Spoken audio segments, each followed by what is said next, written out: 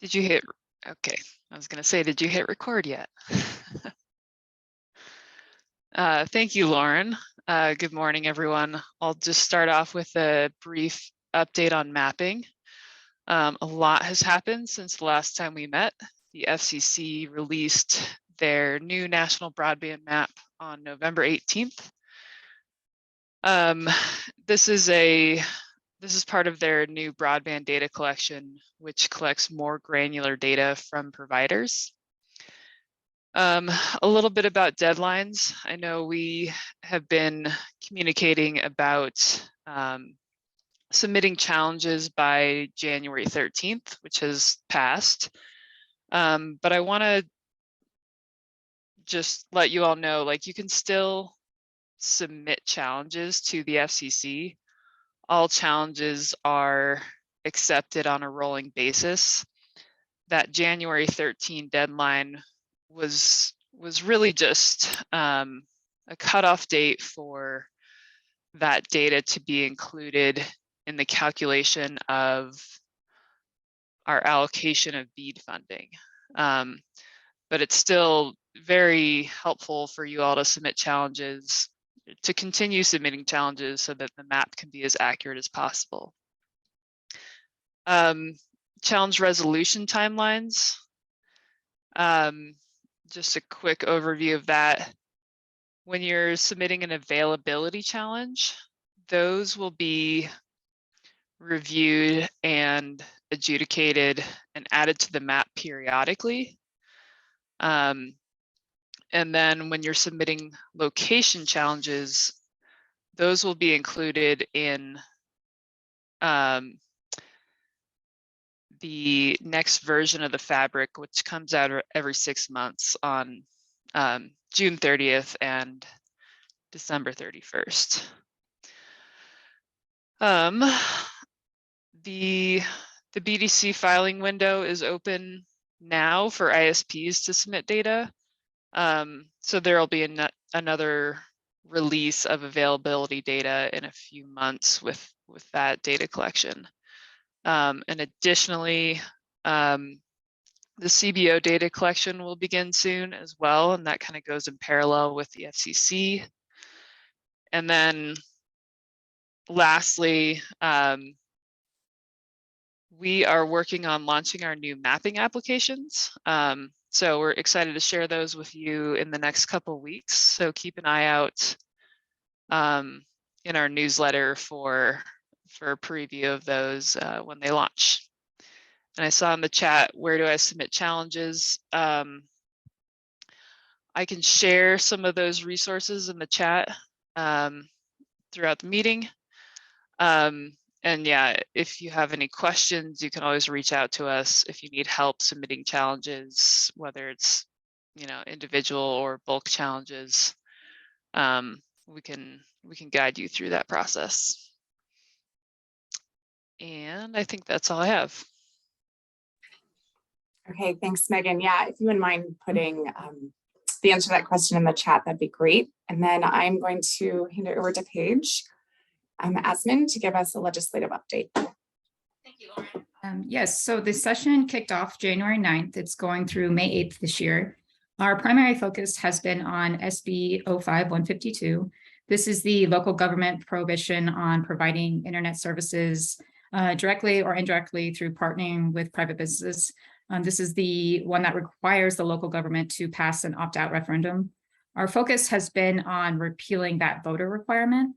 We're seeing SB 05-152 being a barrier to deploying federal funding. So about once a week, we've been holding large stakeholder calls. This is inclusive of community and industry and even public, excuse me. And we are also working with a subgroup of key community and industry stakeholders. And we've been working with the bill drafter, and it's been going really well. And we've been making great progress with that. We hope to have a bill draft soon. Another bill that's on our radar is HB 23-1051. This is a rural telecommunication providers bill. And basically what it's doing is aligning the expiration date of the high cost support mechanism, which is set to expire on December 1st, 2023, with the sunset review date of the Broadband Deployment Board, which is set for September 1st, 2024. So it's just extending that high cost support mechanism expiration date about 9 months. This bill is set to be heard in the Transportation, Housing, and Local Government Committee on Tuesday at 1:30. The OIT is going to be providing some technical support for that bill. And then our next legislative stakeholder call is at 1 p.m. today. If you have not been receiving emails for those and you would like to be added, just please shoot me an email. We plan to keep hosting these on an as needed basis for updates throughout this session.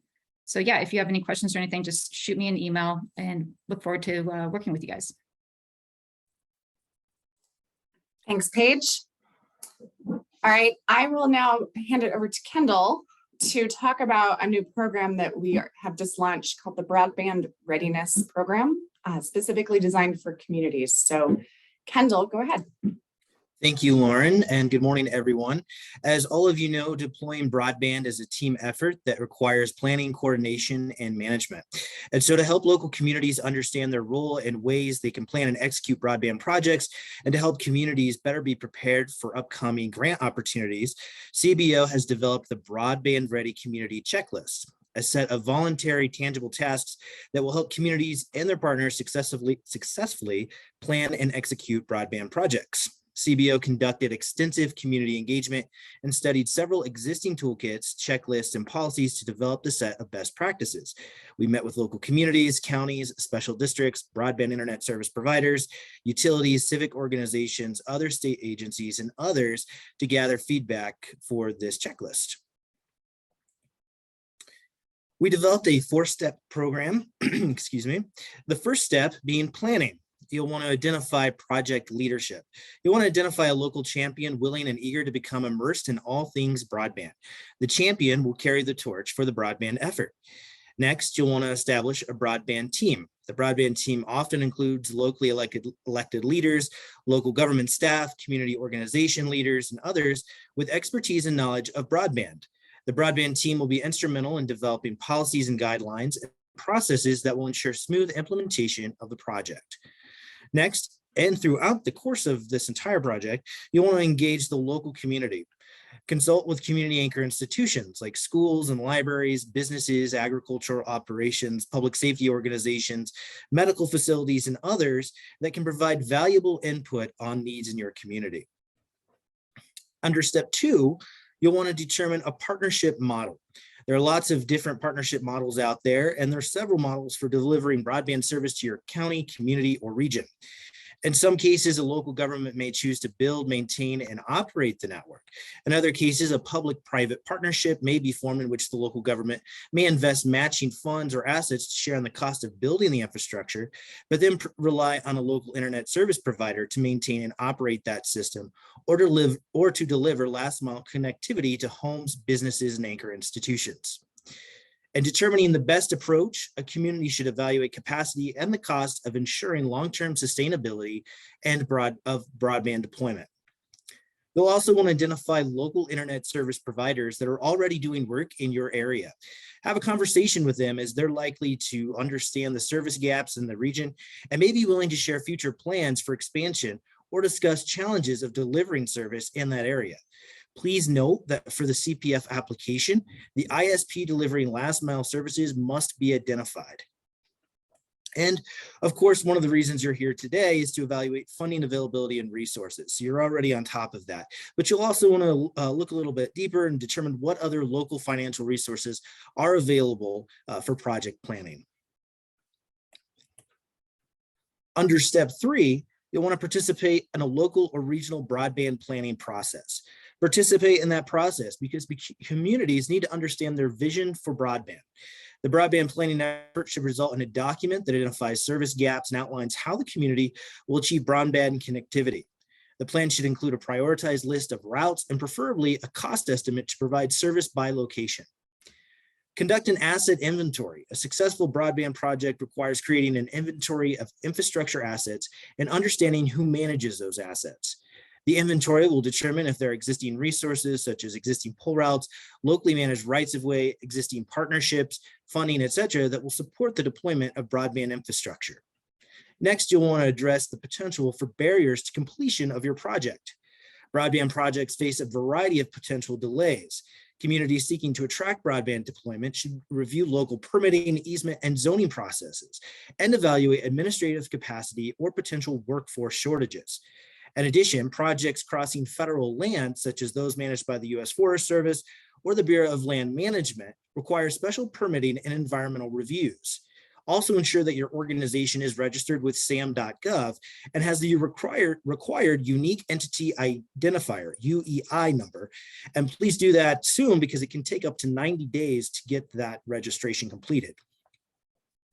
You'll also want to contact electric and other utilities. Several Colorado electric providers participate in the delivery of both middle mile and last mile broadband projects in our state. In addition, other utilities such as water or sewer operators may be important partners as they already have a connection to most homes, businesses, and anchor institutions in your area.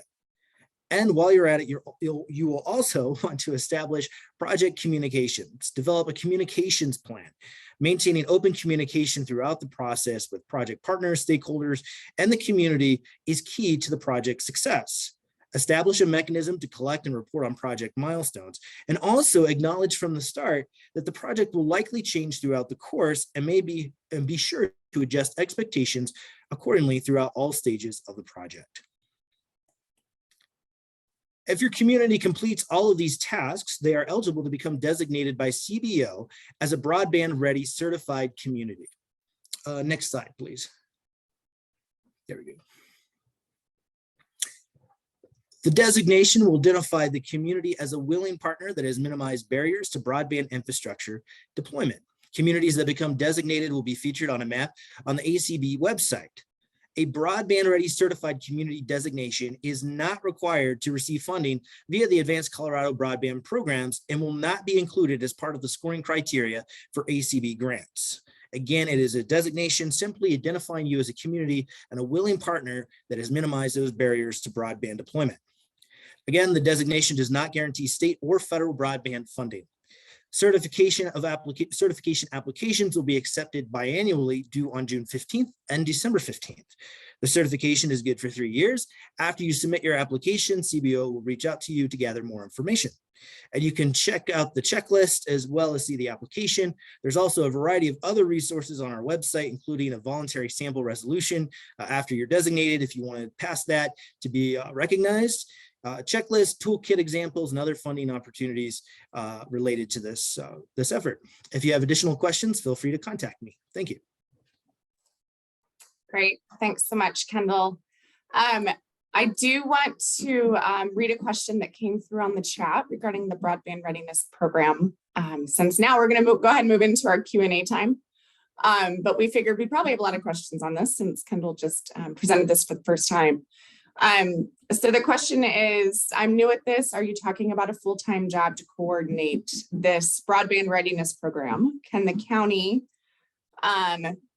do the heavy lifting on this? That came from Arthur. And Arthur, if you'd like, you can pop on screen and maybe elaborate more, or talk to us a little more about your question. Or Kendall, if you just want to go ahead and address what he wrote there. I'm interested in the broadband. This is my first meeting.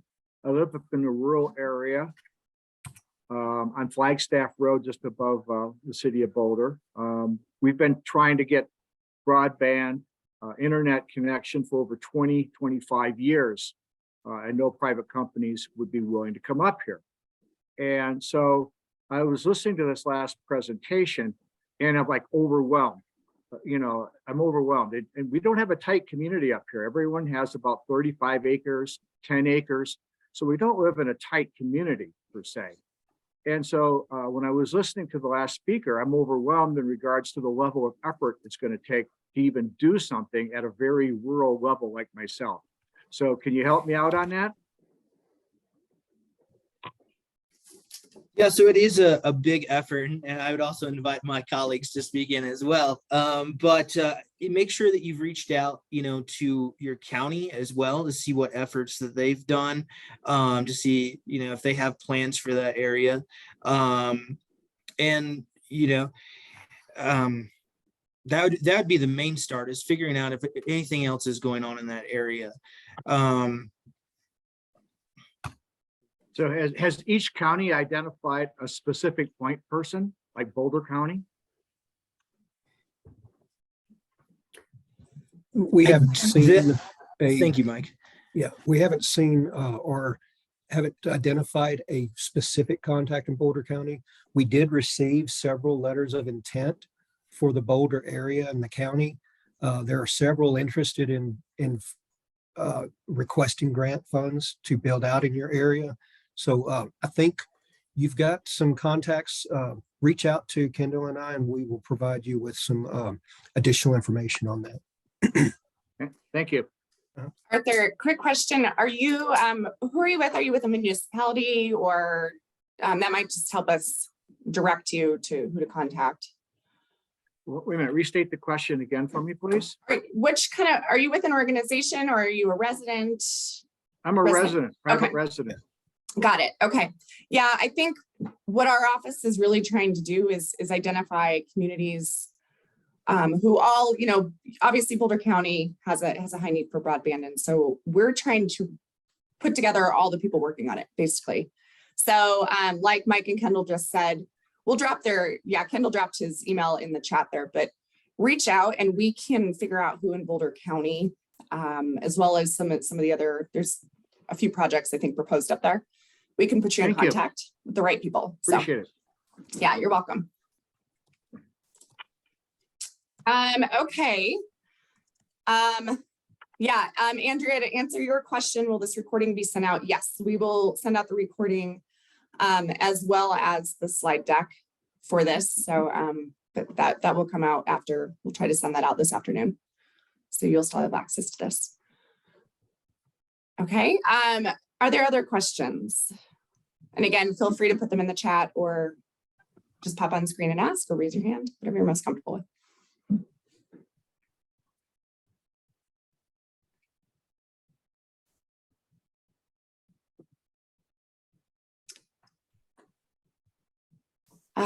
Jose, go ahead. Hello, how you guys doing this morning? Thank you for the presentation. So I'm Jose Soto. I'm a representative with the Laborers, Local 720 here in Colorado. And I was just curious about what outreach or efforts are being made to connect communities with internet service providers, as well as organizations like ours, the Laborers, that do training and workforce development and things like that to prepare these communities and these internet service providers with the workforce needed to do the work. Good morning, Jose. How you doing, man? We are continuing to go through those outreach programs, Jose, and we will be reaching out to you specifically here pretty soon to get some more input from you as well. But there are quite a few efforts going on around workforce planning from a national level as well as a state level. So there will be more, quite a bit more information coming your way pretty soon. Okay, sounds good. Thank you for that. Yeah, and I think the state's got to like kind of develop a plan, right, for that and kind of get that all submitted. And I just we would just like to make sure that we're a part of that conversation as far as the Laborers. It's a big scope of our work, that what we do. Yep. Absolutely. And just want to make sure that we could participate in that as that moves forward, sir. Thank you. Yep, absolutely. We will be requesting your participation very soon. Appreciate you, boss. Thank you. Thanks, Jose. Other questions? They can be any kind of question you have on your mind. It does not need to be related to the updates that the team gave. Just anything that you're facing in your community, any questions. You have pretty much the entire broadband office staff on, so we can take any kind of question. I guess I have one more. I guess kind of in conjunction to what I was just asking, have we, in some of the meetings that have been held so far, are communities or even internet service providers expressing that concern for workforce and workforce development? I think I heard Mr. Kramer mention about workforce shortages earlier. So what is some of the feedback getting back, I guess is my question, from the meetings that you guys have had? So Jose, in addition to what the state has identified, the providers as well as communities have expressed significant concern around the IIJ workforce availability, not just for broadband, but for all those projects, because there's a lot of similarities between those projects, construction, manufacturing, things like that. So it is a topic on everyone's mind. Some of the ISPs have their own plans in place for training in-house, just similar to what they've done before, but they are also reaching out to the national level for training programs that do certifications for fiber optic technicians and support like that. So, sounds good. Thank you for that. Yeah, because I noticed just kind of as we transition, this energy, solar, renewable, broadband, we kind of see an influx of, I guess, out-of-state workforce that kind of comes into the communities, and we'd also like to see about making sure that we could keep some of that work, local as much as possible. Yeah, the primary goal of the workforce plan is to create a workforce that's local, that is sustainable long-term, and also gives a better way of life for some of these communities that don't have the opportunities today.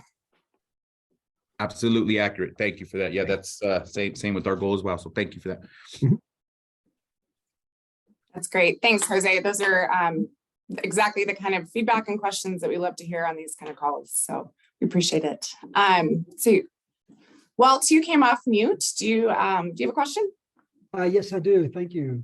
This might be just for me and I might have missed it, but what does becoming a broadband certified community do for like a town like Berthoud?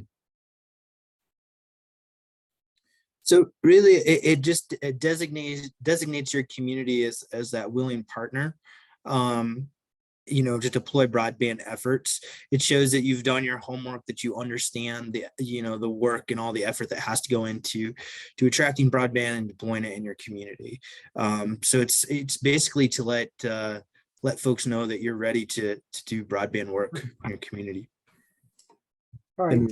And I'd add to that, Walt, that it also, as a community, you've identified some of those barriers as far as, like, example would be permitting or anything, that you can help these ISPs with that permitting process.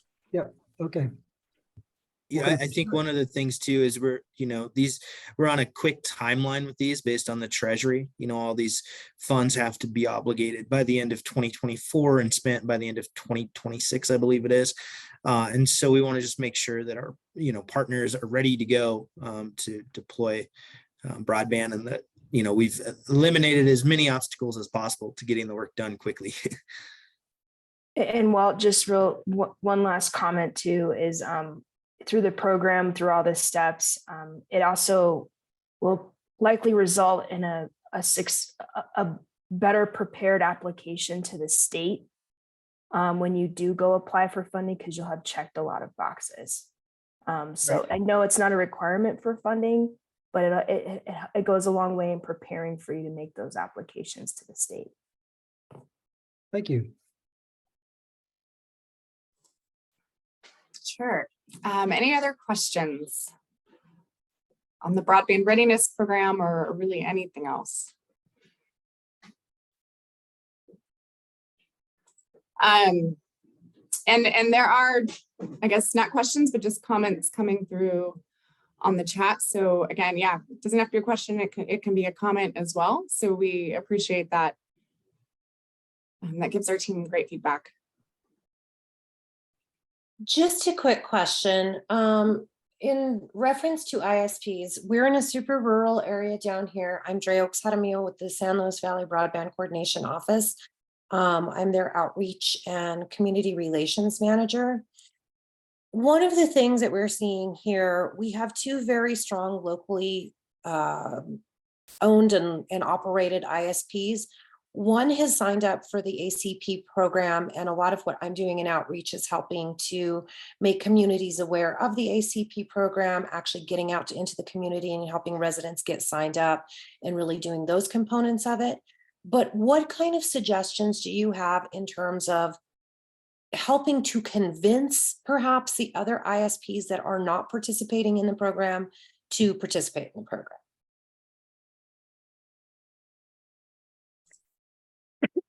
Andrea, thank you for that question. This is Delia. I believe we have been in contact before. Yes, we have. Nice to see you joining us this morning. So my understanding is that here in Colorado, we have over 90 ISPs that are supporting the ACP program. And we're encouraging all of them to reach out to their community members and let them know about ACP and how their residents can benefit from this program. I think like it will be good if you and I have a conversation about it, and maybe you can share with me more information about these ISPs that are not being like more present and sharing more about ACP. I would love to help you with that. I will also like to share with you about the webinar that we're going to have on February 1st to train different anchor institutions in Colorado on how to help their community members to sign up for ACP. I believe you were on my list of people that I invited for that webinar. I think like that will be a good step, but send me an email so you and I can meet again and talk about it. Great. Yeah. And I am signed up for that webinar. I'm excited about that. I just, one of our local ones is great. They're signed up. As a matter of fact, we had a very successful event last week of getting folks at one of our housing authorities signed up for the ACP program. They were very excited about it. So we want to continue to do those kind of events throughout our entire region. And I think that's going to work very well. And so I think this webinar will be very helpful. I just want to see how perhaps I can help this other local ISP understand kind of the necessity for the ISP program and how they can really be more helpful to the community by participating in it. So yes, I'd love to connect further. Yes, of course. And as far as we know, the ACP is mandatory for all ISPs.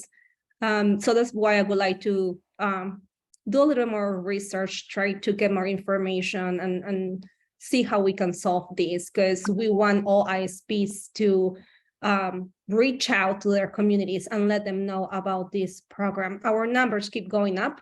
Right now we are like at 23%, if I'm not wrong, of households in Colorado that have signed up for ACP. But of course, we want those numbers to keep going up, and we need the support of the ISPs. So let's talk together and try to figure this out for sure. Yeah, one clarification on the. Go ahead, Michael. Sorry. Yeah, one clarification on the ACP requirement. If they plan to submit a application for grant funding, it's absolutely mandatory. But like Daly said, is we are really reaching out to ISPs, trying to incent them to do the ACP because it makes for a better community offering.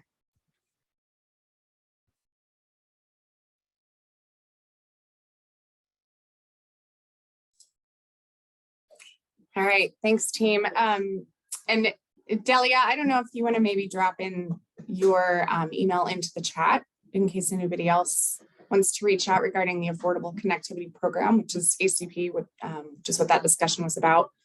Delia is hosting a webinar to go over it if anybody wants some more information. So, but she's the go-to for that program on our team. So if you need any help, there's her email right there or have any questions. Okay, what other questions are out there or comments?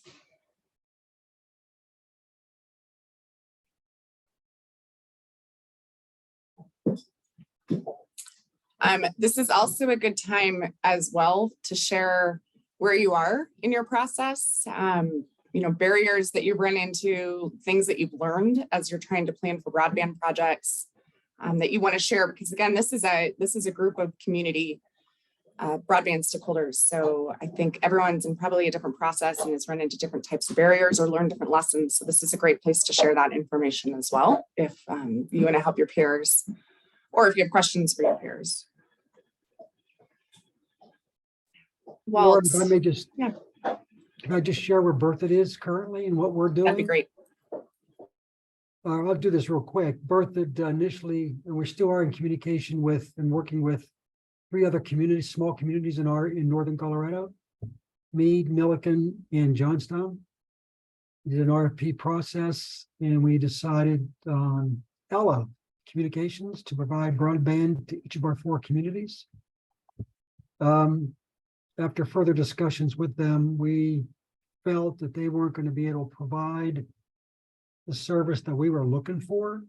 One of the things we required is to have whoever we selected to provide service to every household in each one of our communities.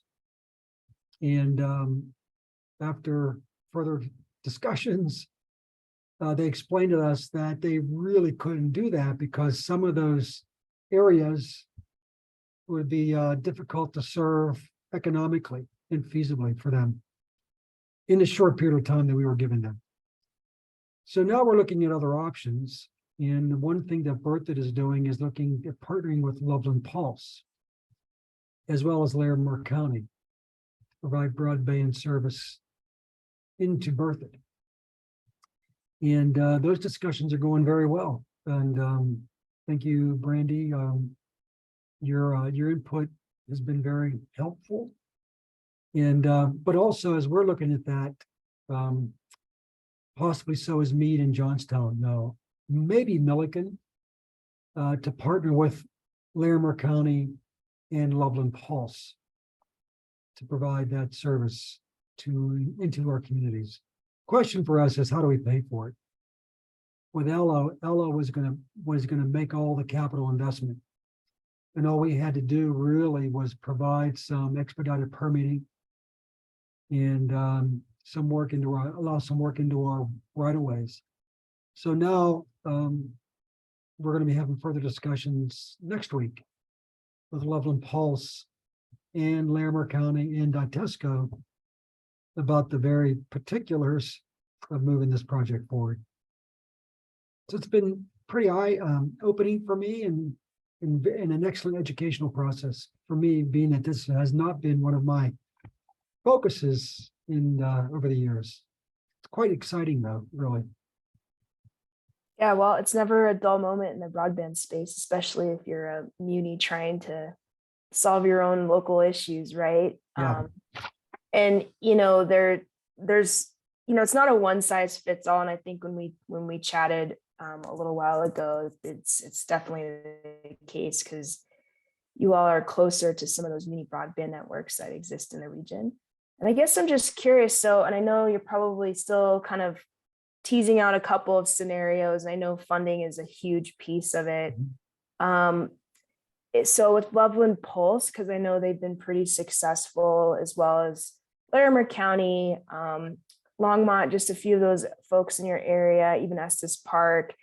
Would Loveland Pulse be the ISP? Are they open to that? Are they going to expand their service area? Because the other thing too is it's so great to latch on to something that already exists because they already have the assets to go out for financing to leverage for collateral to help serve your community.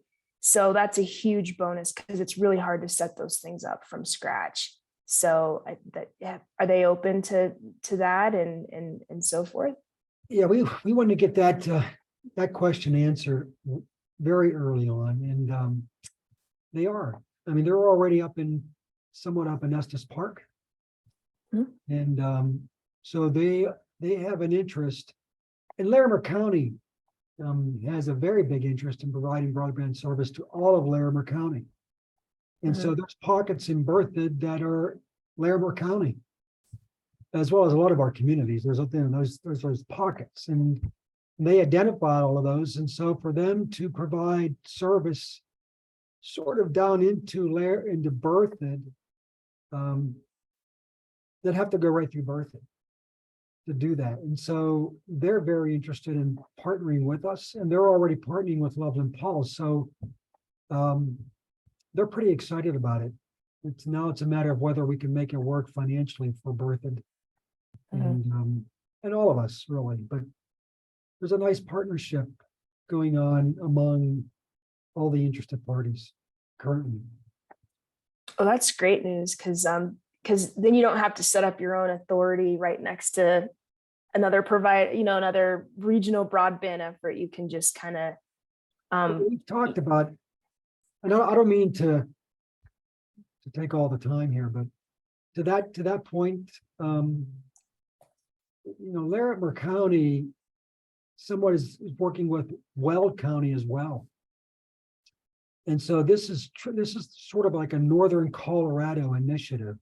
We're just one piece of it. And so ultimately, if this, I think, and I can't speak for Mark if he was on the call, there may be a regional authority that oversees all of Northern Colorado, outside of the Fort Collins and in Lovelands of the world that already have the service. So that question is somewhat still on the table. We haven't really gone down that path. But this, I think, next week's call that we're going to have with the team, that may come up again. Okay. So Weld County is interested too? Larimer County has been working with Weld County to some extent. Okay. Because some of our communities are in both, like Berthoud's in both Weld and Larimer County, Windsor's in both. Johnstown might be in both. So there is some of that already going on. Yeah. Well, yeah, I know like the counties up there, they're drawn so weird. or they annexed into other parts of the county. The other thing that makes it interesting, the two counties are pretty different politically. But when it comes to broadband, there seems to be a level of interest and cooperation. That's great. That's great news. Broadband's kind of a nonpartisan issue. It impacts everybody. So there's one thing you can all agree on is that you need help. Well, it's great. That was a wonderful update because I was curious about you guys up there. Yeah. And Ditesco has been very, very good in providing data. They've been excellent. I mean, what they just provided us earlier this week on the cost and other things about coming into birth, it was very, very helpful. Wonderful. Thanks, Walt, for sharing your experience and where you guys are in your project. We appreciate it. Okay. We have about 20 minutes more. So if there's any other questions, please feel free to ask. Or if the broadband staff has any questions they would like to pose to community members, we can both offer questions. So Brandon. I have a question for folks on the call regarding, the broadband readiness, project that we have just launched. Or how, and I know there's different stages of it. Of course, you have to look at it and digest, what we just presented. But any initial reactions to that? Again, just wanting to seek feedback. We did workshop this idea with CML, CCI. Several of our partners, and wanted to make sure it would work for you all without doing a mandate, because I 100% support local control. You guys know what's best in your communities. But in terms of where you guys are on the call, would you say you've maybe you've had conversations about some of those elements? Are you at the beginning? Are you halfway through it? Are you, just crushing it and you've done everything? Just want to gauge, your level of comfort and where you are with some of the concepts of the broadband ready phases. So just wanted to open it up. And if you don't have anything yet, and because I know this is your first review of it, and of course we can always talk about more of it for our March call. But do you think it's going to be helpful for you and and at least having your checklist, but also, working with your community and your elected officials and some of the stakeholders. Just want to see what your initial impressions are of the program.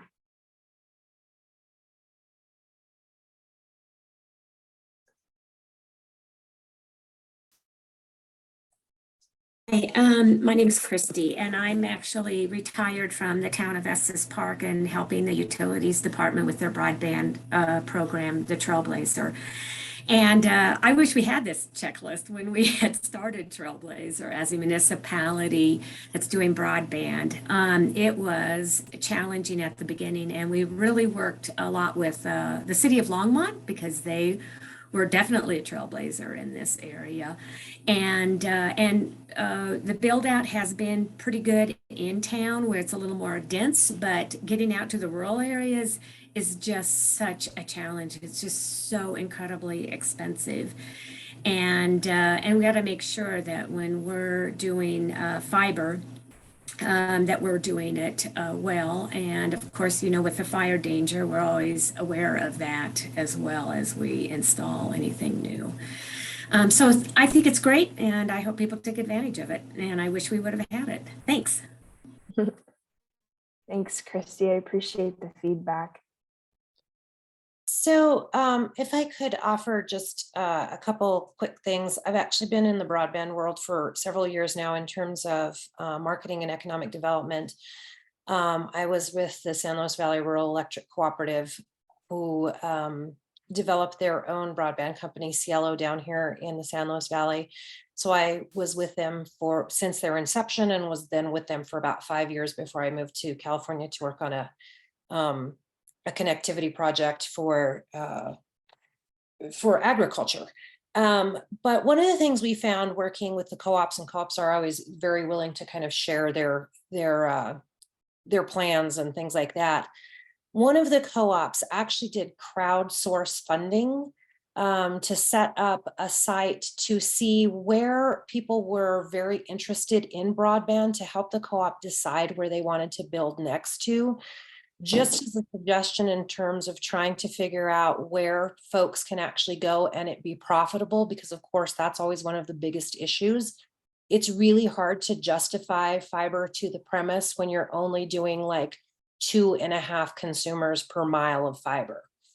So that was kind of one of the biggest issues for them. They did a crowdsourcing project where they actually went out into their different communities that they serviced. And the more people that they had signed up, the more that became a priority on their top list for build out. So that was something that worked very well. And that was actually through DMEA, was that co-op. One of the other things that we did as Cielo, we found out very quickly that fiber to the premise was extremely costly, as I said. And so they actually took fiber to their substations and then broadcasted out from their substations using certain types of technology that actually created the ability to reach consumers within a 7-mile radius was kind of the sweet spot for that. And roughly about 40 to 60 consumers per quadrant of those radios. So just kind of some thoughts in terms of when, like on a somewhat more technical side, as people are building out, it is expensive, but there's definitely ways to do it, and it can be managed. Great, thanks for that, Andrea. Yeah, we're aware of that crowdsourcing model. I think I'm only aware of it being DMEA did that. I'm not sure if any other communities did. I know other states have done that as well. But it's definitely a good tool to use if you're trying to assess, if you're trying to do like a market demand or research study on, does it make sense? Would people sign up? And so they've been very successful with that. And other co-ops could probably do the same as well. So that's a good one.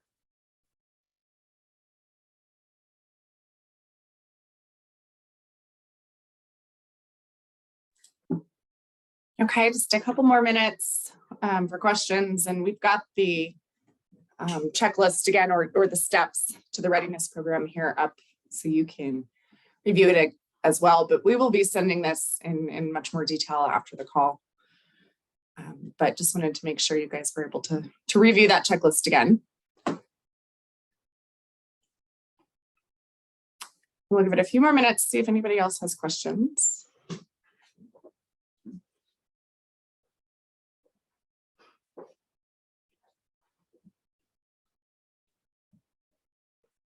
Okay, if there are no more questions, we will provide a few reminders. The Broadband Office has a programs team who you heard a couple of them speak today, Kendall and Ali and Mike Murphy. This is our dedicated team to our stakeholders across the state, and they are the ones developing the actual grant program. So you can reach out to them directly. Their contact information is here on the screen, and each Ali and Mike are divided up amongst the state, so they cover different regions.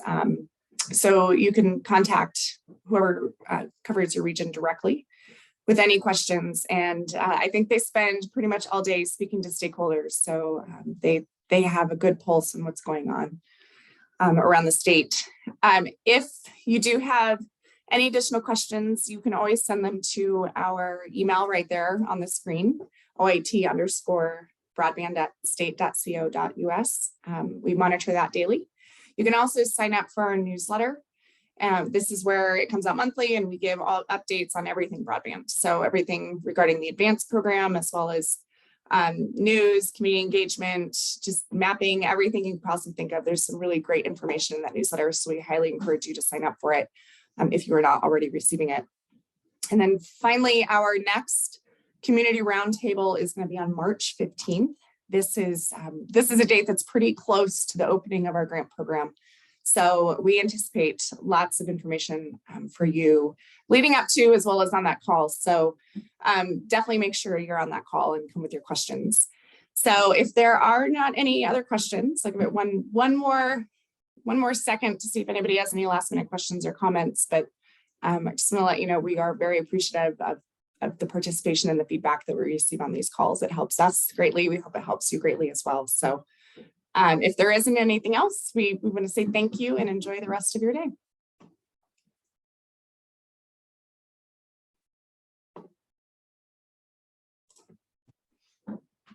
Thank you. Thanks, everyone.